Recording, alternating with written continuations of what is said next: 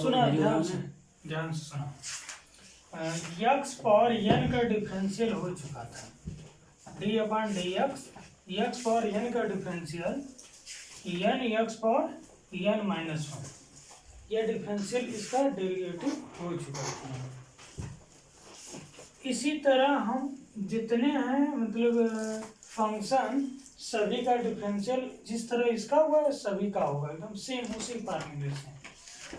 तो अगर हम देखें तो सभी फार्मूले को एक बार ध्यान से देख लीजिए कौन कौन सा है वो नोट कर लीजिए। उसके बाद एनसीईआरटी वाली जो बुक है तो उसको पढ़ा जाएगा। पहले बेसिक फार्मूला लिख लीजिए। तो यह पहला है, दूसरा नोट कर लीजिए आप लोग, सभी नोट करते हुए चलिए ताकि जल्दी हो जाएगा। D upon d x x power n का n x power n minus one, और यह अगला जो है डी अपॉन डी एक्स, यदि कांस्टेंट पद है, यह कांस्टेंट पद है, कोई भी कांस्टेंट पद है इसका डिफरेंशियल क्या होगा, जीरो होगा। इसी तरह D upon d x. Sir हम सर यहीं भी उलझ जाते हैं सर, कांस्टेंट पद जैसे कौन कौन से होते हैं?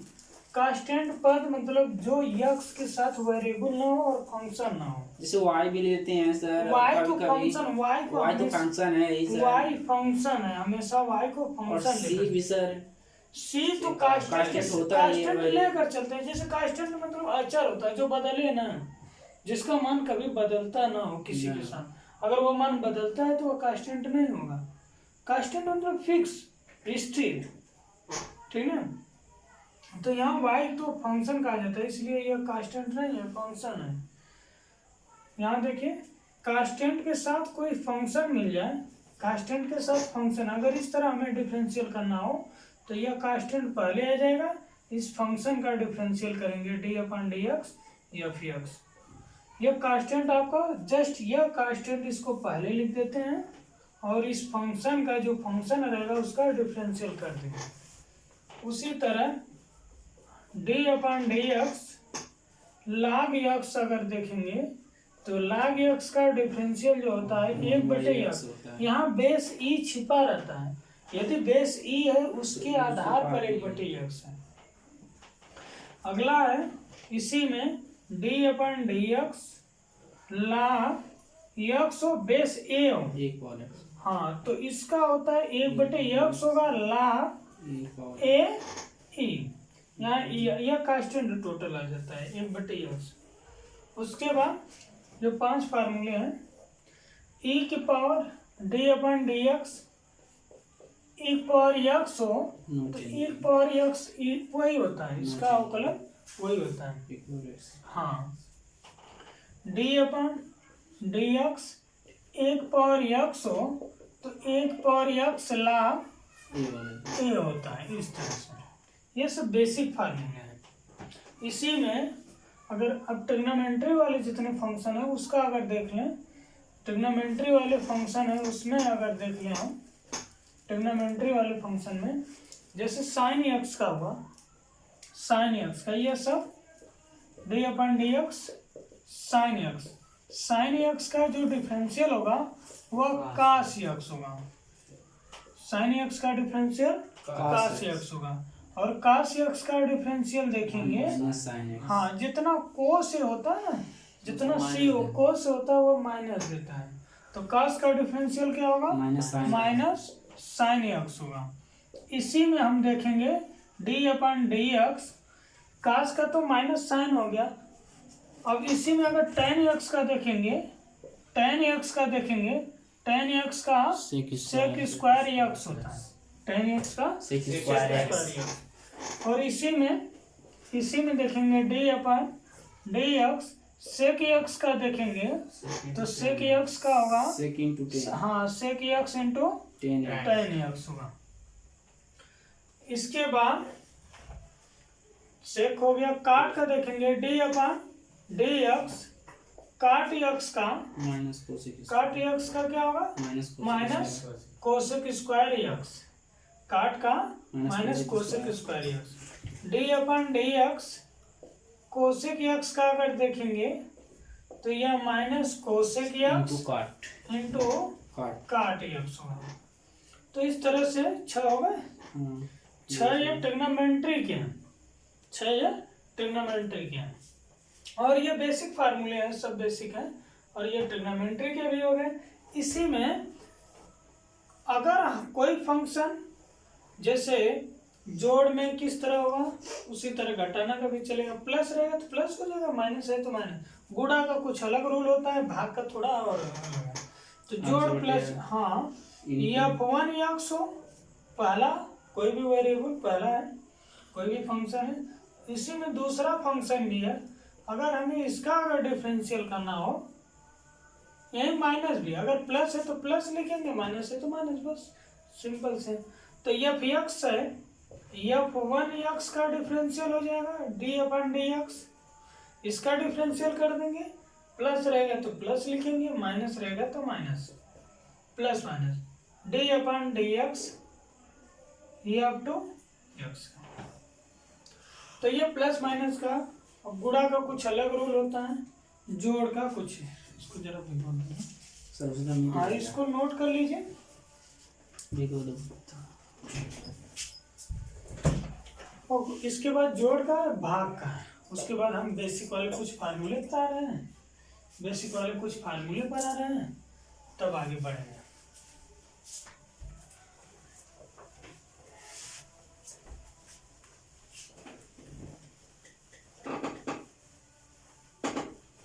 सब पुश कर दें? नहीं, चलने दीजिए, कोई जरूरत नहीं। पुश कर देंगे तो अच्छा। नहीं नहीं नहीं,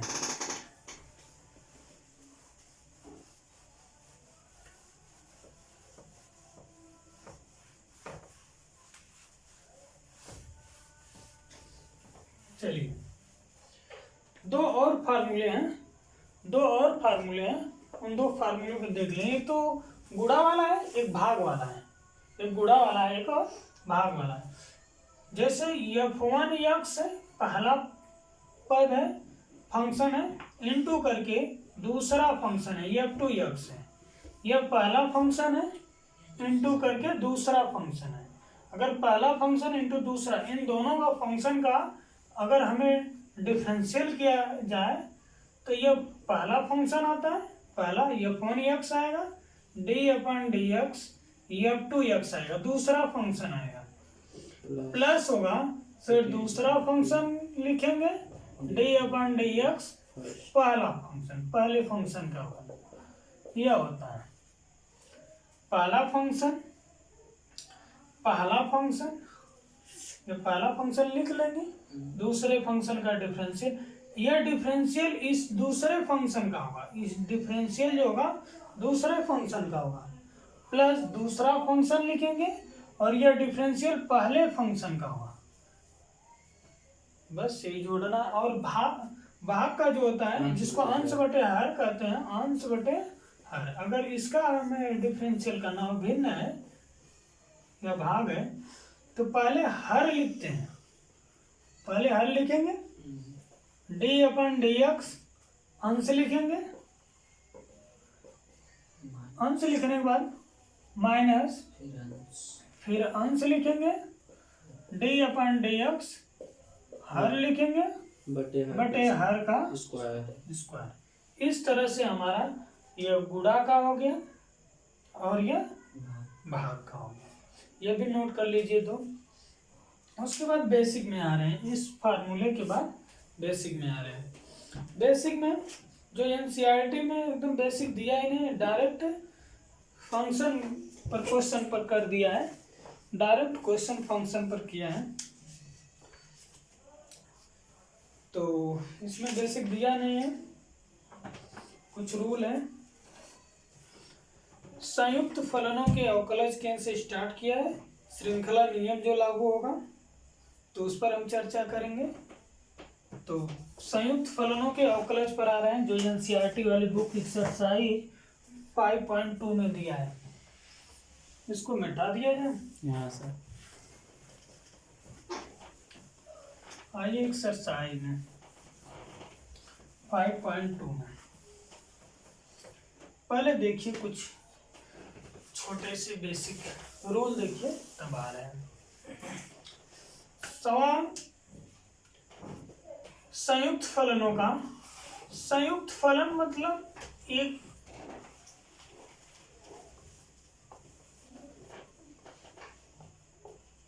संयुक्त फलनों का अवकलन। संयुक्त फलन मतलब एक ही फलन में दो या दो से अधिक फलन हो जाए।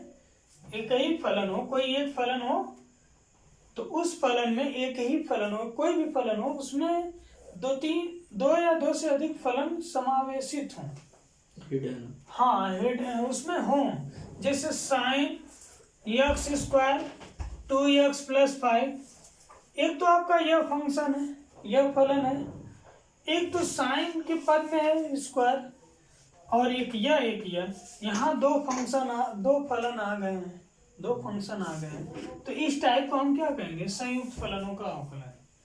तो ऐसे फलनों के अवकलज के लिए सबसे पहले हम मानते हैं दो तरह से मानने के लिए, तो दोनों मानकर भी लगा सकते हैं, डायरेक्ट भी लगा सकते हैं, मन में मानकर भी लगा सकते हैं। मन में मानने के लिए तो पहले हम फुल मेथड से देखेंगे। सर हम मान के डायरेक्ट लगाए, फुल मेथड से नहीं, पहले फुल मेथड से एक बार देख लीजिए। संयुक्त फलनों के लिए जैसे हम कोई भी फलन है, जब उसमें दो फलन अगर निहित रहेंगे तो दो के लिए लेकर चलेंगे। तो दो के लिए dy/dx की वैल्यू अगर निकालना रहेगा, डिफरेंशियल को डिनोट इस तरह करते हैं dy/dx से। तो अगर पहला dy माने है dt, तो dy/dt गुणे dt/dx।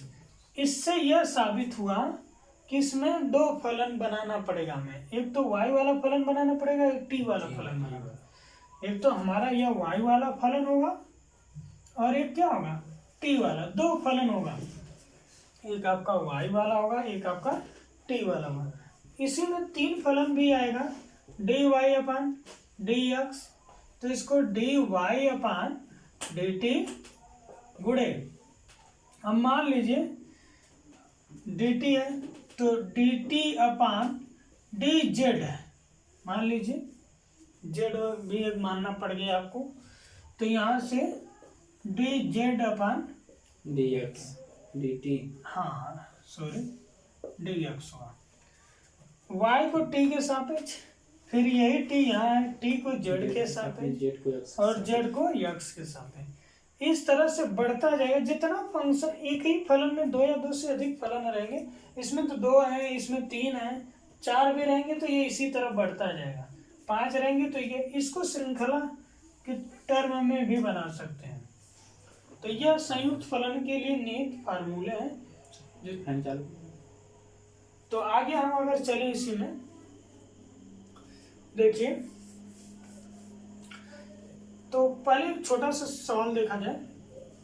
एक ही फलन में जैसे आपका साइन log x है, इसमें तो साइन x होता है तो वो कोण होता है, साइन x होता है तो कोण होता है। यहाँ साइन एक अलग फलन है और log x आपका अलग फलन है। यहाँ दो फलन है, एक साइन है, एक log x है।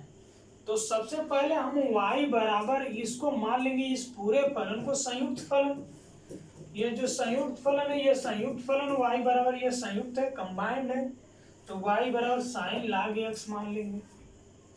ये टोटली आपका साइन log x है, y बराबर है।